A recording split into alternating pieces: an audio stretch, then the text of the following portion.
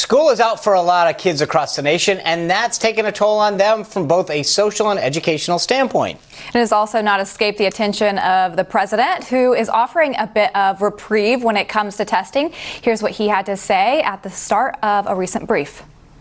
I'd like to begin by providing an update on what we are doing to minimize the impact of the Chinese virus on our nation's students.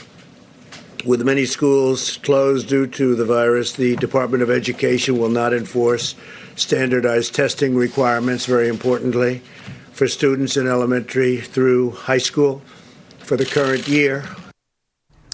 So while kids are off the hook on testing, it doesn't necessarily mean they're off the hook when it comes to keeping their academic skills sharp. That's right. Joining us now is Dolin. She's the president and founder of Education Connections Tutoring and Test Prep. Welcome. Thank you. Thanks.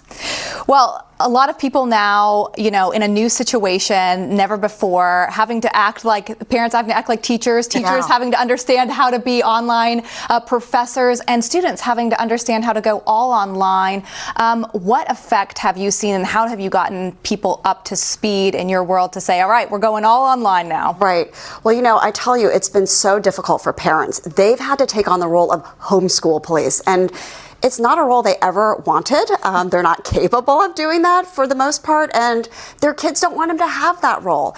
And in so many school districts, a lot of the work is now optional and ungraded, and that in itself pits parents against kids, because the kid is saying, why do I have to do this? Why would they even do the work? And the parents saying, but you need to keep on learning. So there's lots of other fallout aside from the educational part, just the relationship barriers we're seeing now. That's interesting. One of the things that I find as the father of two 9-year-olds that are at home now is this IT issue. Kind of I think you mentioned it, but you've got the school, the kids, and the parents trying to figure out how to log into stuff, how to get certain webcams up and going. And I think that presents its own challenge. Are you seeing this sort of need for IT help to help the education process move along? Sure. I mean, we've had to retrain all of our tutors that used to go to kids' homes and work with them one-to-one in person to now using online software programs like Zoom or even BitPaper.io. That's a drop-in feature, allows kids to interact on a whiteboard. But often, kids know how to use this type of software, but parents don't. Right. And it can be frustrating, when the parent's like, well, show me how to do that. I don't know what you're doing. And so, on both ends, it can be difficult, especially if the school district isn't giving a lot of guidance. This kind of changes the landscape of the education system from anywhere from kindergarten all the way up to college. How do you see this changing education moving forward, or do you? I do, in a lot of ways. I think that kids are going to be doing a lot more work online.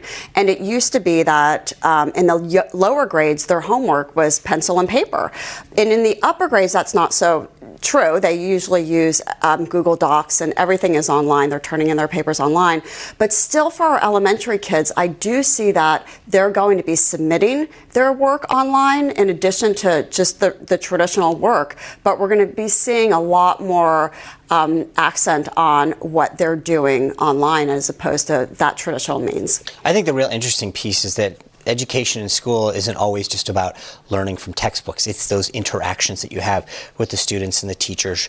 And I think that's going to be fascinating to see how the absence of that makes a difference in the child's life. True. And so many kids at first when they announced no school, they were thrilled, vacation, this is going to be great.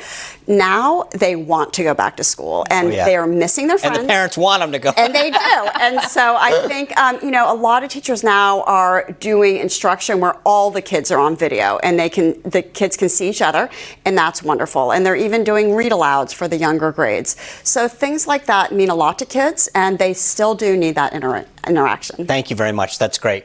Well, a musical icon from the 1970s has changed the lyrics of one of his most popular songs to help deal with the coronavirus. We'll show you how it was reworked when we return.